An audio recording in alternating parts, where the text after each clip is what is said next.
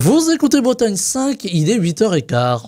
Bretagne 5, l'invité de la matinale. Et notre invité ce vendredi matin est Ludovic Lemoignic. Il est conseiller municipal délégué à Saint-Brieuc. Il est également militant à l'Union démocratique bretonne, l'UDB, et il est venu spécialement pour être avec nous en direct au micro de la matinale. Je l'en remercie. Bonjour. Des Maths d'Arnaud, bonjour à terre toute. Et vous annoncez la couleur, on va parler de langue bretonne tout à l'heure et de culture, mais j'avais envie de vous entendre, Ludovic Lemoignic, sur un combat qui vous est cher, c'est la possible réouverture de la ligne de chemin de fer qui va de Saint-Brieuc à Auray, ligne centrale, ligne fermée depuis déjà plusieurs années, même si la partie Auray était aussi fermée au trafic ferroviaire voyageur. Qu'est-ce que ce serait l'intérêt de la réouverture de cet axe qui traverse la Bretagne du nord au sud ou du sud au nord? L'intérêt, il est majeur pour la Bretagne. C'est une ligne transversale donc qui, comme son nom l'indique, relie la côte nord à la côte sud de la Bretagne. Dessert au passage quand même quelques 200 000 habitants à peu près. Je sais pas le chiffre exact, mais on est dans ces alentours-là. Qui évite donc un passage par Rennes aussi notamment, ou un passage par Brest de l'autre côté. Aujourd'hui, si on veut faire Saint-Brieuc-Lorient en train, forcément il faut passer par Rennes. C'est plusieurs heures de voyage, des attentes, etc. Donc c'est une desserte primordiale en Bretagne, et c'est aussi peut-être surtout la desserte du centre-Bretagne qui aujourd'hui est quand même beaucoup abandonnée, notamment par les services publics. On avait évoqué ensemble la question du collège de Corlay. Là, c'est un autre exemple en fait, de cet abandon du centre-Bretagne par les services publics, la fermeture de cette ligne. Alors cette ligne, vous parlez du centre-Bretagne, il y a une attente en centre-Bretagne pour la réouverture de cette ligne, pour le trafic voyageur, mais il y a aussi un aspect économique, parce que le chemin de fer permet évidemment le transport des voyageurs, mais aussi le transport des marchandises, et aujourd'hui on se plaint en termes environnementaux du nombre de camions par exemple sur les routes ici en Bretagne. Est-ce que ce serait pas intéressant d'avoir cet axe aussi pour un peu désengorger le trafic routier? Exactement. En termes de trafic routier, c'est-à-dire de voitures, aujourd'hui entre Loudéac et Saint-Brieuc, on est entre 20 et 30 000 véhicules quand même. C'est considérable. Sur la question du fret, la CGT a fait un excellent dossier d'une 50aine de pages sur cette question-là. Ils se sont approchés des entreprises le long de la ligne qui, pour beaucoup, majoritairement, se montrent favorables à cette réouverture de ligne. Alors, il y a eu ces pressions, si j'ose dire, alors du syndicat de la CGT, mais aussi de quelques élus. Et puis voilà, il y a aussi des opposants à l'ouverture de la ligne. En tout cas, des opposants ou des sceptiques à l'ouverture de la ligne qui verraient bien la mise en place d'une voie verte. Alors c'est là où la polémique a enflé ces temps derniers. Alors, une polémique, non. Je peux comprendre que les riverains, voyant cette ligne abandonnée de fait, effectivement, puissent souhaiter avoir autre chose des voies de chemin de fer abandonnées au fond de leur jardin. Et je peux aussi entendre qu'ils ne souhaitent pas forcément le retour du train au fond de leur jardin. Ça peut s'entendre. Simplement, là, on parle d'intérêt général. On peut aussi entendre que les Briochins et les habitants de Ploufragan, des Châtelets, etc. ne veulent pas avoir 25 000 à 30 000 véhicules dans le fond de leur jardin non plus. Non, à mon sens, la question de la voie verte c'est une fausse bonne idée, parce que aujourd'hui, il faut quand même savoir qu'il existe une voie qui relie justement la baie de Saint-Brieuc à la rade de Lorient, qui est la voie numéro 8, qui n'est pas parfaite, qui a besoin d'aménagement, qui a besoin de perfectionnement, et c'est peut-être là que les forces devraient s'orienter. D'ailleurs, les associations de cyclistes, notamment Vélorussion à Lorient, ne s'y trompent pas, ils sont contre le projet de voie verte à la place de la voie ferrée, ils sont plutôt en faveur de l'aménagement de la voie numéro 8. Avec des possibilités de complémentarité, parce que finalement on peut aussi embarquer son vélo dans le train pour l'emmener sur son lieu de travail si on a encore quelques kilomètres à faire à vélo. Là aussi on pourrait imaginer de la complémentarité. C'est un peu mon slogan ces dernières semaines, c'est-à-dire qu'on peut mettre un vélo dans un train, on peut pas mettre un train dans un vélo. Ce serait très compliqué. Et effectivement, une ligne transversale comme la ligne Saint-Brieuc-Pontivy, Pontivy-Auray permettrait, reliée aux lignes de bus, reliées à des parcs relais, etc., de pouvoir prendre son vélo jusqu'à la gare, d'embarquer son vélo, d'atteindre une destination Saint-Brieuc ou Lorient de l'autre côté, peu importe, et de repartir à vélo. Avec aussi les connexions vers les gares TGV, hein, que ce soit ici près à Saint-Brieuc ou à Lorient également. Exactement. Il y a aussi de l'aspect environnemental, hein, avec moins de voitures. Évidemment, aujourd'hui, il y a une grande préoccupation du climat, il y a une grande préoccupation autour des questions environnementales. Là, on est dans le vertueux finalement. Exactement. On essaye tant bien que mal d'imaginer cet avenir qui se fera un jour irrémédiablement avec beaucoup moins d'essence à mettre dans nos voitures, beaucoup moins de combustibles fossiles, et le train apparaît comme un mode de transport collectif tout à fait efficace, tout à fait pertinent. Si ces lignes ont été créées à un moment donné, ce n'était pas pour rien, hein. Malheureusement, on les a fermés. Ça y est, un petit peu, c'est comme on dit, quand on veut tuer son chien, on dit qu'il a la rage. Eh ben, modifier les horaires pour que de moins en moins de personnes puissent accéder au train. Alors, il me semble que vous avez été plutôt riverain de cette ligne, donc vous voudrez connaître un petit peu l'historique. Et c'est ce qui s'est passé. Hein. Ça marche pas bien, le train à 15h. C'est ça, c'est ce qui s'est passé, c'est qu'on a modifié les horaires et au final, mais il n'y a pas grand monde qui prend le train. Bon, on doit fermer la ligne pour travaux. Si on se rappelle un petit peu l'historique à l'époque, c'était pour construire sur la rocade de l'Oudéa, qui est un pont qui devait se faire par-dessus la voie de chemin de fer. Donc on ferme temporairement la voie au trafic, le temps du chantier. On met une ligne de bus, mais qui ne sera que temporaire. On rouvre la ligne après. La ligne n'a jamais été ouverte. C'était pourtant une promesse, je le rappelle, de la région à l'époque, si on reprend les articles de presse. Alors cette promesse n'a pas été honorée et la ligne est restée en désuétude depuis, avec une ligne de chemin de fer qui n'est pas entretenue et qui se dégrade. Aujourd'hui, les arbres poussent finalement sur la plateforme ferroviaire. Déferrer, c'est facile. Reconstruire une ligne, c'est plus difficile. Complètement. Aujourd'hui, on parle de faire une voie verte sur la ligne Saint-Brieuc-Pontivy. Bon, on parle d'un investissement quand même de plusieurs millions d'euros, qui comprend comme le démontage de la voie. Alors ça, c'est quelque chose qu'il faut bien entendre, hein. L'association qui défend cette voie verte parle de réversibilité. Sauf que dans le dernier article, ils se sont un petit peu tiré une balle dans le pied, puisqu'ils expliquent bien que dans le cas de cette voie avec des traverses en bois, les traverses en bois doivent obligatoirement être déposées, donc la ligne doit être démontée. Donc la ligne n'existera plus. Elle n'existera plus, c'est définitif. Et quel élu, après un investissement de plusieurs millions d'euros sur une voie verte, reviendrait dans quelques années en disant on démolit tout et on refait la voie ferrée? C'est pas possible. Non, la voie ferrée doit être refaite en l'état, avec les aménagements modernes effectivement qu'il peut y avoir, et la voie verte doit se faire plutôt sur la voie numéro 8 qui est existante. En fait, tout est là, tout est sous nos yeux finalement. Pour le train, la voie ferrée existe. Pour le vélo, parce qu'il y a un besoin, je ne le nie pas, hein, il ne s'agit pas d'opposer ferroviaire et vélo, bien au contraire, les deux sont complémentaires. Pour le vélo, il y a la voie numéro 8. Donc l'existant doit être conforté et aménagé. Voilà, on ne doit pas détruire l'un pour l'autre. Alors pour nos auditeurs, ce n'est pas le train qu'on entend, mais une tondeuse, voilà, tout près de la radio, vous saurez tout. Pour revenir à cette voie de chemin de fer que d'aucuns appellent de leur vœu, comment se situent les élus briochins par exemple? Est-ce qu'il y a une réflexion? Est-ce qu'il y a une envie? Et puis, reste le nerf de la guerre, les moyens financiers.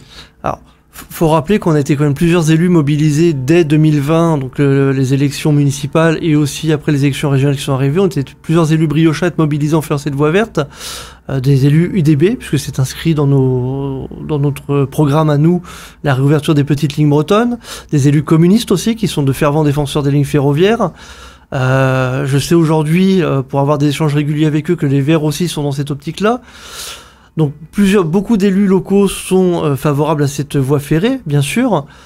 Après, il y a eu récemment ce courrier d'une demi-douzaine de maires de l'agglomération, dont le maire de Saint-Brieuc, Hervé Guillard, donc le maire de ma majorité, qui ont demandé pas une enquête, mais comment dirais une commission pour évaluer la faisabilité de la voie verte. Bon. C'est dommage de mettre de l'argent là-dedans, mais j'entends aussi, je peux entendre aussi leurs arguments, évidemment. Mais le problème, c'est que ça part en fait d'un faux postulat. Ça part du postulat que c'est réversible. Mais ce n'est pas réversible. On ne reviendrait jamais là-dessus. C'est ça le problème. Parce que je sais que Hervé Guillard, je sais très bien qu'il était favorable à la voie ferrée. On en avait parlé au début du mandat. voilà, pour lui, il n'y avait pas de sujet spécifique là-dessus, il était favorable. Et il le dit bien d'ailleurs dans la lettre qui a été faite au président de l'agglomération. Oui à la voie verte, mais à condition que ce soit réversible. Bon, on sait que c'est pas le cas. C'est peut-être quelque chose qu'il faudrait communiquer un petit peu plus aux élus locaux. Voilà, et on peut le dire, hein, on a regardé un petit peu, nous, sur les cartes de la Bretagne, toutes les voies de chemin de fer qui ont été déferrées n'ont jamais été reconstruites. Hein, voilà. Nulle part. C'est important de le dire. Et il y a aussi un appétit du grand public pour le ferroviaire aujourd'hui, particulièrement de la jeune génération, parce que c'est pratique, parce que voilà, la jeune génération n'est pas forcément la génération bagnole, hein, je mets les guillemets qui s'imposent. Est-ce que c'est peut-être là, justement, l'avenir de ces voies ferrées, de fédérer la jeune génération autour de projets? On le voit donc dans le collectif Centre-Bretagne en train qui est en train de se relancer, justement, là. Beaucoup d'élus locaux, beaucoup de militants du ferroviaire sont des trentenaires ou des moins de 30 ans. La moyenne d'âge est très très jeune. Bon, je me compte pas dedans parce que j'ai dépassé la trentaine depuis un petit moment déjà. Je me rapproche plus de la quarantaine, mais un camarade, on va dire vert, il a entre 20 et 30 ans. Donc c'est vraiment un sujet jeune, ouais, effectivement, ouais. Jeune et moins jeune aussi, attention. Hein. Voilà, oui, parce qu'il y a aussi les personnes qui n'ont pas de voiture, mais qui sont parfois à mobilité réduite. Le train est une solution. Tout à fait. On sait que malheureusement, la France est un pays qui vieillit, la Bretagne particulièrement, puisque beaucoup de retraités reviennent ici. Et du coup, avoir des transports en commun fiables, efficaces, qui permettent de relier toutes les grandes villes de Bretagne, ça prend tout son sens. Alors on peut imaginer qu'il y ait une volonté qui renaisse, puisqu'on a vu la région Bretagne financer la remise à niveau d'une voie importante, celle qui va de Lamballe à Dinan, avec des nouvelles circulations, avec un confort de circulation, des temps réduits de parcours. Est-ce qu'on peut imaginer aujourd'hui que la région, j'allais dire, passe le pas et puis aille vers ce projet de réouverture de Saint-Brieuc-au-Ray? On peut imaginer aussi que l'État soit sollicité, la SNCF, pour remettre ce projet, permettez-moi le terme, sur les rails. On peut l'imaginer. Il faudrait quand même que la région ait une ambition là-dessus. Ils font des bonnes choses, hein, le cadencement des trains, l'augmentation de la fréquence des trains, ce sont de bonnes choses. Maintenant, je trouve quand même que le plan ferroviaire de la région manque singulièrement d'ambition.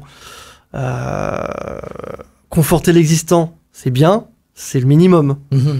Il faut peut-être maintenant conforter ce qui a existé à une époque et ce qui devrait réexister.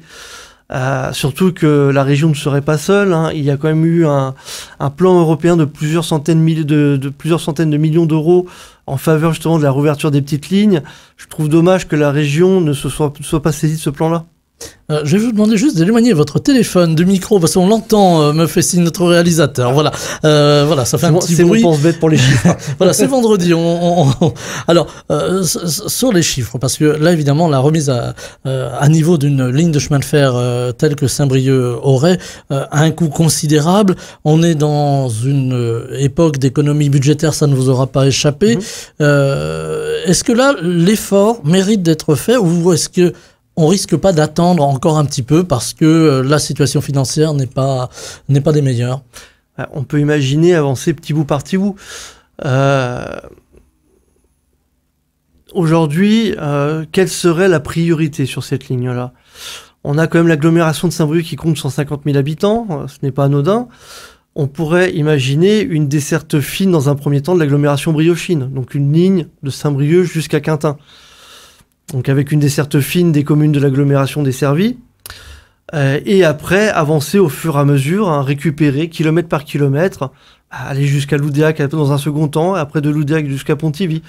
De l'autre côté, c'est ce qu'ils font. Kilomètre par kilomètre, la ligne est rénovée sur l'axe Auray-Pontivy, et cette ligne-là, on peut la considérer comme sinon sauvée, du moins préservée, à moyen terme. Il faut aussi, nonobstant les besoins en moyens financiers, il faut aussi la volonté politique, parce qu'aujourd'hui, on a le sentiment que bien n'est pas là, la volonté politique.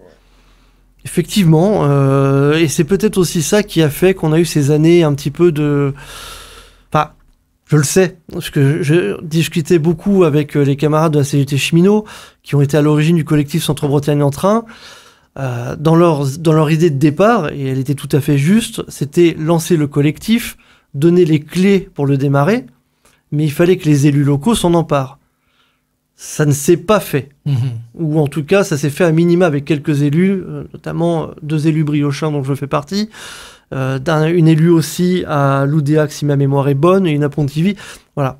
Mais la dynamique qu'ils ont voulu lancer ne s'est pas créée malheureusement. Pas de leur fait, bien sûr, mais du fait du manque de réponse des politiques. Bon, aujourd'hui, c'est les politiques, finalement, qui remettent le sujet sur la table et qui rappellent la CGT en disant on revient, on est là, on a appelé du renfort, revenez nous voir. Et du coup, le collectif va se relancer, je l'espère. Alors, il y a une question de commodité, d'utilisation du train pour les briochins, les briochines, ou finalement tous les habitants le long de la ligne jusqu'à Auray. Et puis il y a aussi ce côté pratique si l'on développe par exemple de nouveaux matériels, parce qu'aujourd'hui on voit la SNCF qui imagine des navettes autonomes, des dessertes micro-locales. Est-ce que ça peut être le point de départ? Ça peut même être une réponse aux inquiétudes en fait des riverains finalement. Qui ont peur un petit peu de voir revenir des grosses locomotives dans le fond de leur jardin. Aujourd'hui, il y a des innovations qui sont faites dans le ferroviaire. Ne nous contentons pas de rouvrir la ligne Saint-Brieuc-Pontivy. Faisons-en une ligne exemplaire en Bretagne, une ligne innovante en utilisant les dernières technologies. Alors justement, ces nouvelles technologies permettraient peut-être aussi de faire baisser les coûts d'exploitation, parce que réouvrir la ligne, c'est une chose, après il faut l'exploiter. Exactement. Il existe beaucoup de projets innovants. J'ai vu des trains-taxis, des trains à la demande. Alors, attention, on dit train, mais il faut imaginer quand même des choses assez modernes. Je peux pas trop le décrire par... Ce sont des petites navettes. C'est ça, des petites navettes et tout. Et effectivement, du coup, sur autonome, donc on pourrait imaginer sans chauffeur, sans contrôleur, avec un système de billetterie comme on montrait dans le bus ou comme on montrait dans le métro aujourd'hui à Rennes, par exemple. Et là, on rentre dans la complémentarité des transports avec le bus, avec le train classique, avec le TGV. Est-ce que c'est pas ça, finalement, l'avenir des mobilités aujourd'hui, plus largement? En Bretagne, ça devrait être l'avenir. Sauf qu'il va falloir que les élus et les techniciens de la région changent un petit peu leur logiciel. Le logiciel aujourd'hui en Bretagne, il est tourné comment? Il est tourné est-ouest, c'est-à-dire comment relier les villes bretonnes à Paris. Moi je dis, comment relier les villes bretonnes entre elles? Aujourd'hui, comment on fait un Saint-Brieuc-Quimper? On prend la voiture, il n'y a pas le choix. Ou alors on prend pléthore de lignes de bus qui nous prendraient la journée, ou alors on prend le train, mais il faut passer par Brest ou il faut passer par Rennes. Changeons notre logiciel. Comment on dessert les villes entre elles en Bretagne? Comment un Breton peut aller travailler à Quimper en habitant à Saint-Brieuc? Alors, on va voir les municipales bientôt. Je vais glisser un peu sur un sujet un peu plus politique. Ça peut être un dossier qui peut être porté par des élus. Vous avez déjà donné un début de réponse à Ludovic Lemonique, mais ça peut être un dossier qui peut être porté par des élus, peut-être jusqu'au niveau le plus haut, le niveau national par exemple. Il le faudrait, oui. Aujourd'hui, force est de constater que ce sont quand même des élus... on va dire pas plus haut que des conseils municipaux, des conseillers ou des quelques adjoints qui portent ces questions-là, cette question-là précise. Il faudrait que plus d'élus s'en emparent. Alors, je suis un petit peu injuste parce qu'on a aussi nos élus régionaux, notamment UDB, qui portent cette question-là au conseil régional, que je remercie vraiment parce qu'ils sont inlassables là-dessus avec le conseil régional, ils ne lâchent rien. Donc un grand merci à eux. Mais il faudrait qu'effectivement des maires s'en emparent, des présidents d'agglomération, je ne vise personne, je suis mon regard, s'empare de ce sujet-là. C'est quand même beaucoup plus un sujet d'avenir qu'une voie verte qui finalement ne concernera que quelques riverains, que quelques touristes. Alors, les municipales, justement, le pouvoir des élus, on en parle beaucoup aujourd'hui. Dans les petites communes, des maires, des fois, qui jettent l'éponge. À Saint-Brieuc, c'est pas le cas. On imagine qu'il y a un projet pour l'équipe de Hervé Guillard, qui est le maire de Saint-Brieuc, qui va a priori se représenter. Est-ce qu'il y a des grands dossiers à porter, des grands dossiers à finaliser à Saint-Brieuc? On voit qu'il y a une grande volonté de rendre Saint-Brieuc plus attractif. C'est une ville qui a longtemps été un peu mise de côté, pardonnez-moi, mais est-ce qu'il faut poursuivre l'effort en un mot? Alors moi, je découvre ce que je vous dis là. Je vais vous dire un on dit, mais c'est un on dit que je découvre. On dit souvent qu'il faut le premier mandat pour mettre les choses, enfin pour commencer à lancer les choses, et un deuxième mandat pour les mettre réellement en place. C'est vraiment ce que je constate là en fait. Finalement, on a lancé énormément de choses positives pour la ville de Saint-Brieuc et on nous le dit et on le voit au quotidien, nonobstant quelques râleurs de réseaux sociaux. Il y a encore du bashing sur les réseaux sociaux. Il y a encore du bashing, mais on se rend compte très vite que finalement ce sont les mêmes personnes qui sont sur les mêmes logiciels, qui ne changent pas. Je pense notamment aux questions de stationnement. Enfin, on dit aujourd'hui, la ville est on dit. Quelques-uns disent la ville est en train de tuer, la mairie est en train de tuer la ville de Saint-Brieuc parce qu'ils suppriment les voitures et suppriment les places de parking. Sauf que les vacances de commerce, la perte d'habitants, ça date pas d'aujourd'hui. Ça date pas de ce programme politique-là, ça date d'il y a 20 ou 30 ans. La perte d'habitants, elle s'est amorcée dès les années 75 quand même. Le pic des habitants à Saint-Brieuc, c'était 54 000 habitants en 1975. Depuis, c'est la dégringolade, on n'a fait que perdre des habitants. Le perte de commerce, ça fait 30 ans que ça dure. C'est pas d'aujourd'hui. Et il y a 30 ans, on était sur quel logiciel? On était sur le tout voiture. Chaque place de Saint-Brieuc, c'était un parking. En fait, on n'avait pas de place publique à Saint-Brieuc, on avait que des parkings finalement. Les axes routiers, c'était des pénétrantes. On se rappelle la place du Guesclin, ce que c'était à l'époque. C'était une portion congrue et à côté, c'était une 4 voies en plein centre-ville. Et est-ce que ce modèle du tout voiture a permis de sauver la ville? Pas du tout. Donc c'est peut-être là justement, il faut se dire, changeons de logiciel, ça n'a pas fonctionné. Au contraire, ça a participé au déclin de la ville. Il faut peut-être maintenant qu'on voit la ville autrement. Il faut qu'on voit la ville faite pour les êtres humains et peut-être pas pour les machines finalement. Avec aussi la question du commerce. Aujourd'hui, on voit la ville de Saint-Brieuc essayer de mettre le paquet pour que le retour du commerce en centre-ville, avec aussi une grande concurrence. Alors, ça fait l'objet d'une petite polémique des temps derniers, un affichage en pleine ville de Saint-Brieuc qui faisait la part belle au magasin de la zone commerciale de Langueux, pour ne pas citer cette zone. Ça a été pris comme une provocation. C'était quand même très très indélicat quand même. Je veux dire, on a quand même un contexte assez particulier finalement au centre de Saint-Brieuc, même si il ne faut pas oublier que c'est général. Chaque jour qui passe, moi je vois passer des articles dans la presse, dans l'Ouest France ou le Télégramme. Vannes, Lorient, Nantes, Rennes, aucune ville en Bretagne et en France n'échappe au phénomène de la perte de commerce. C'est vraiment général. Mais bon, le contexte briochin est quand même assez singulier. Finalement, on a quand même une vacance qui est assez forte et c'était très très indélicat de leur part de faire cette communication-là. Voilà, je crois qu'ils ont un petit peu rectifié le tir en disant qu'ils étaient prêts à avoir des échanges, voilà. Oui. Dont acte. Alors, sur le municipal, il y a aussi la question un peu plus politique des alliances. Aujourd'hui, la ville de Saint-Brieuc est à gauche. Elle peut basculer comme d'autres villes en France. Si, par exemple, l'alliance de la gauche vole en éclats, on voit beaucoup de dissensions, par exemple, entre le PS et LFI. Il n'y a pas eu d'alliance avec LFI pour les dernières municipales. L'alliance telle qu'elle est construite à Saint-Brieuc, telle qu'elle a été construite en 2020, ne vole pas en éclats. Ça, c'est elle est ferme et solide. C'est-à-dire, on regroupe aujourd'hui quand même beaucoup de partis qui vont du PS à l'UDB en passant par le PC, les Verts, Génération. Je ne veux pas oublier de camarades, mais voilà, beaucoup de partis en tout cas. Donc aujourd'hui, l'alliance, elle est faite, elle est solide et elle est ferme. C'est même un exemple, je trouve, en Bretagne. C'est vraiment un exemple de solidarité et d'union. Donc non, je suis pas inquiet sur ce groupement de partis, en n'oubliant pas bien sûr que la liste était ouverte à moitié aussi à des gens non encartés. Donc non, pas d'inquiétude là-dessus du tout. Après, les filles, c'est un autre sujet.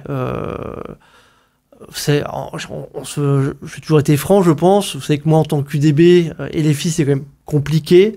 Même si je sais que humainement, certains membres des LFI sont favorables aux langues de Bretagne, sont favorables à la culture bretonne. Mais il y a quand même une ligne directrice du parti. Ça reste un parti quand même national qui prend ses décisions à Paris. Et du coup, c'est un petit peu compliqué. Maintenant, si demain, le collectif décide que l'union doit se faire en incluant LFI, dont acte. On fera l'union comme ça. Avant de nous quitter, je voulais vous entendre, Ludovic de Moignic, sur la culture. Je le disais en commençant, D'abord, vous êtes très attaché à la culture bretonne, on l'aura compris, mais c'est aussi votre mission à la mairie de Saint-Brieuc. Les langues de Bretagne, alors je dis les langues, le breton et le gallo pour nos auditeurs lointains, mais aussi le patrimoine. Et cette semaine, nos confrères du POER ont lancé un signal d'alarme à la une. Culture bretonne, le malaise. Aujourd'hui, la culture bretonne est menacée à bien des égards. Et tout d'abord, dans l'acception la plus matérielle, c'est-à-dire les subventions. Aujourd'hui, on voit une restriction ou des restrictions budgétaires un petit peu partout. Ça impacte la culture, ça impacte aussi la culture bretonne plus précisément. Est-ce que vous avez une inquiétude là-dessus? À Saint-Brieuc, on va pas se mentir, on n'y a pas échappé. L'État a demandé aux collectivités locales de combler le déficit national. Ça passe donc par des baisses de subventions notamment. À Saint-Brieuc, donc le phénomène existe. Nous avons dû faire un certain nombre de baisses de subventions de manière quand même très raisonnable et réfléchie. Ça s'est fait au cas par cas en fonction de telle association, si elle a des employés, etc. Donc on a été très attentifs quand même à ne pas mettre en danger les associations.